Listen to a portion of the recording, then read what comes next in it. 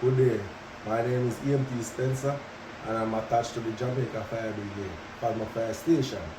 Today we'll be doing a video um, talking about medication that the EMT use in the field. But before we get into that, we will just highlight some things. When using medication, you would have to know the person's right name, the right dosage, the time, and the way how it is being administered. So today, firstly we talk about nitroglycerin.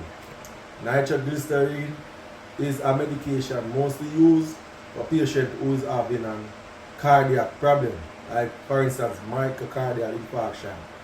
The dosage for adult is 0.3 milligram to 0.6 milligram for adult, and for child it is 0.15 milligram. When administering nitroglycerin, points you would want to know is persons who you'd have to check for things like person with a systolic blood pressure.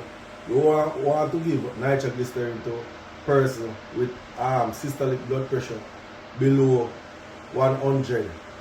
And if, for instance, a person who, for instance, takes sex enhanced drive medication like Viagra or Cialis, that will reduce the pressure. So you won't want to give persons who involved in those situations. When using a nitroglycerin, nitroglycerin is used by a tablet or a gel, and nitroglycerin tablets you don't want to give persons who cannot maintain an airway or persons who is unresponsive nitroglycerin. And the next thing to note with nitroglycerin, when it is effective, you get a burning sensation when using it. That is to indicate that the medication is working and it is not expired. We use EpiPen in the field when someone is suffering from a severe allergic reaction. The dosage for adult is 0.3 milligram to 0.4, and in child it is 0.15 milligram. EpiPen is administered through intramuscular, and it should not be administered for no longer than 10 seconds. Do not withhold EpiPen from persons who suffer from a severe reaction when using an EpiPen. It is a vasculoconstrictor and a bronchodilator. So when using an EpiPen, you will have symptoms, or you will suffer from feeling nauseous and dizzy, but that is nothing to worry about, because that is just side effect from the EpiPen. Moving along, we go to oral glucose.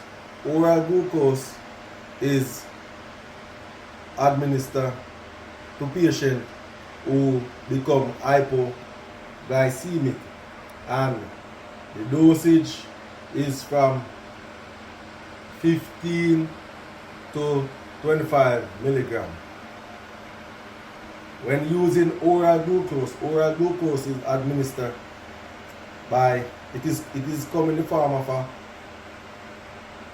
gel, or you use form a paste, or you administer it, you would rub it in the cheek of the person. You cannot give someone oral glucose if the person is unresponsive or patient cannot maintain their airway. It also creates energy while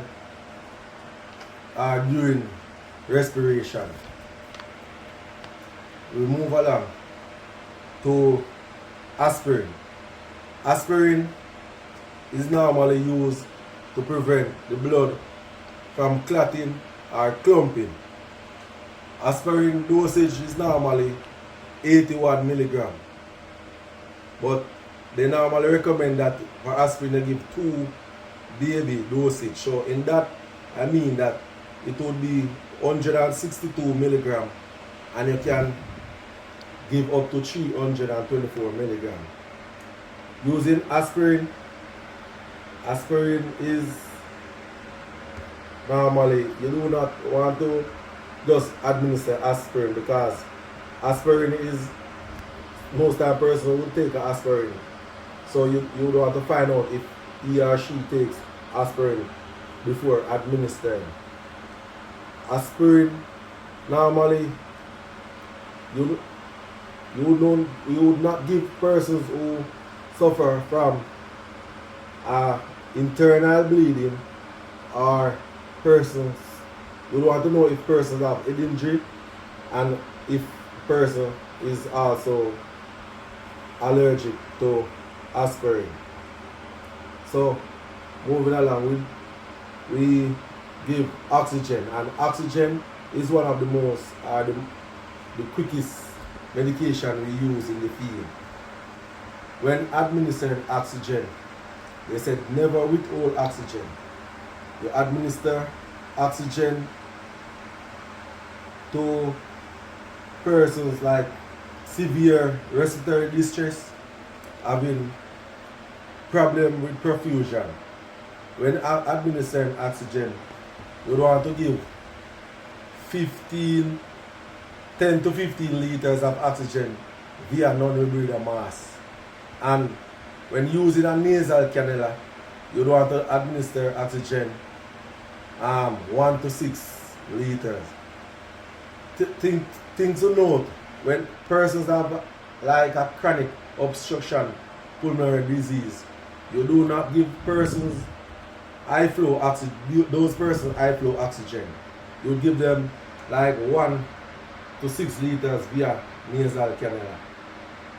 When administering oxygen over a long period, it normally dry out the mucous membrane and cause a burning sensation. So when giving oxygen over a long period, you would want to ensure that you have a humidifier attached, so that you do not give the patient dry oxygen. So basically, it will keep them moist and the airway moist, so they can tolerate the oxygen. So in the field, those are just mostly the medication that we administer to patients. So this is my presentation on some medication that the EMTs will use in the field. Thank you very much.